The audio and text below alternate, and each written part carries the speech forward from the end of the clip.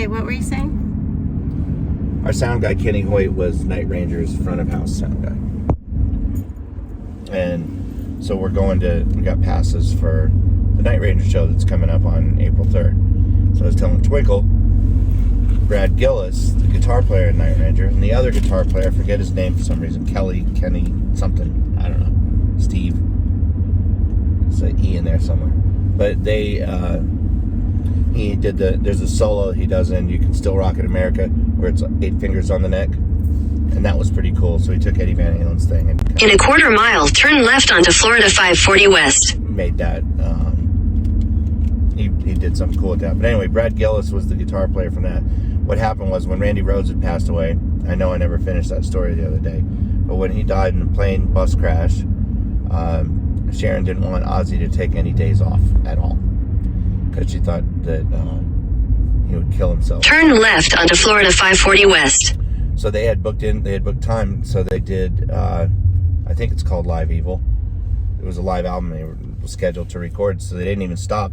They grabbed Brad Gillis, whose debut album from Night Ranger was about to come out, and tapped him to be the new guitar player for Ozzie. So it really put everybody in a lot of uproar and turmoil, and Brad went there and did those shows and recorded a live album with him. But he had to learn those songs like overnight, literally. And they did the shows. And apparently it was under duress from a lot of people. Rudy didn't want to do it. Nobody wanted to do it. Wow. But they did that. And, so Sister Christian, the drummer, plays it and sings it, I believe. And You Can Still Rock in America. That was the one where he does the really crazy guitar solo. That was pretty cool. I love that you know all this stuff.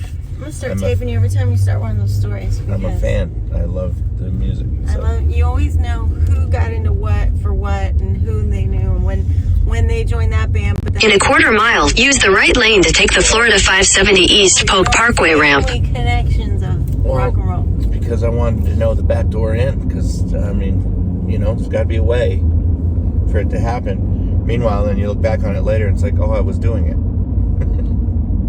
Yeah. Where's the... You're being you.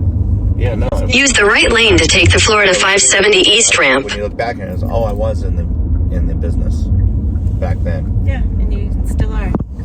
I used to do... Continue for half a mile. I still do. But we don't. No. We used to, though.